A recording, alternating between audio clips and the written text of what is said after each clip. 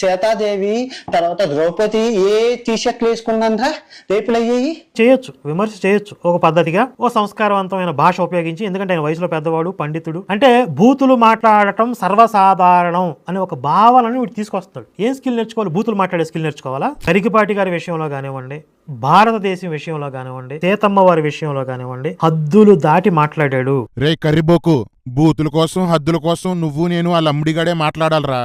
ఏరా గరికిపాటనంటే అంత కోపం వచ్చింది? నువ్వు ఏకంగా మా దేవుణ్ణి తిట్టావురా పోరంబోకు. మాకెలా ఉంటుందిరా? అనుభవించండ్రా ఉన్మాదుల్లారా. సీతని అన్వేష్ ఏమన్నాడనరా మీ ఎర్రిపప్ప హిందువులంతా? మీడియాలో గుండెలు బాధేసుకుంటున్నారు ఏంట్రా మీరందరూ జర్నలిస్టులు? మీవి న్యూస్ ఛానల్సునా? పిలక బత్తాయిగాల సంక నాకడమారా జర్నలిజం అంటే? అన్వేష్ ఏమన్నాడంటే, సీత ఏమన్నా టీషర్ట్ వేసుకుందా, చీర కట్టుకుంది, రావణుడు రేప్ చేశాడు అన్నాడు. అతడన్న దాంట్లో కొంచెం తప్పుంది, దానికే ఇంత రెచ్చిపోతున్నారేంట్రా?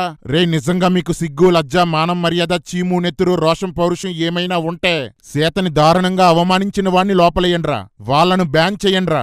సీత కోసం వాల్మీకి తన రామాయణంలో ఇలా రాశాడు: సీత పెదవులు దొండపండులా ఉంటాయి, సీత పిక్కలు దట్టంగా ఉండి వెంట్రుకలు లేకుండా నున్నగా ఉంటాయి, సీత నడుము పిడికిడంత సన్నగా ఉంటుంది, సీత బొడ్డు లోతుగా ఉంటుంది, సీత వెనక భాగం విశాలంగా ఉంటుంది, సీత వక్షోజాలు ఎత్తుగా ఉండి గుండ్రంగా ఉంటాయి, సీత చనుమొనలు బలిష్టంగా ఉన్నాయట, సీత నడుస్తుంటే ఆమె వక్షోజాలు నున్నగా ఉండి ఒకదానికొకటి తగులుకొని ఊగుతున్నాయట.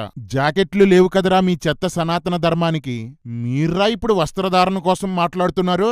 ఇదిరా వాల్మీకి రామాయణంలో రాసిన సీత యొక్క అంగాంగ వర్ణన. అన్వేష్ మాట్లాడిన మాటలకే అతన్ని బాయ్కట్ చెయ్యాలంటే మరి వాల్మీకిని ఏం చెయ్యాలి, రామాయణాన్ని ఏం చెయ్యాలి? వాల్మీకి ఎలాగో లేడు కాబట్టి రామాయణాన్ని బ్యాన్ చెయ్యండ్రా ముందు. దాన్ని బోధించే పిలకబత్తాయిగాల్ని లోపలేసేయండి. ప్రతిరోజు పాస్టర్లని, బైబిల్ని, మా దేవుణ్ణి పచ్చి బూతులు తిడుతుంటే నోరు విప్పని ఈ మీడియా ఇప్పుడు కలవ పువ్వు జల్లే కుక్క బిస్కెట్ల కోసం కలవరించేస్తుంది. రాజ్యాంగం తెలియని ప్రతి రొచ్చుగాడు మాకు జర్నలిస్టే. ఏం దరిద్రం పట్టించారా మా దేశానికి? ఛీ!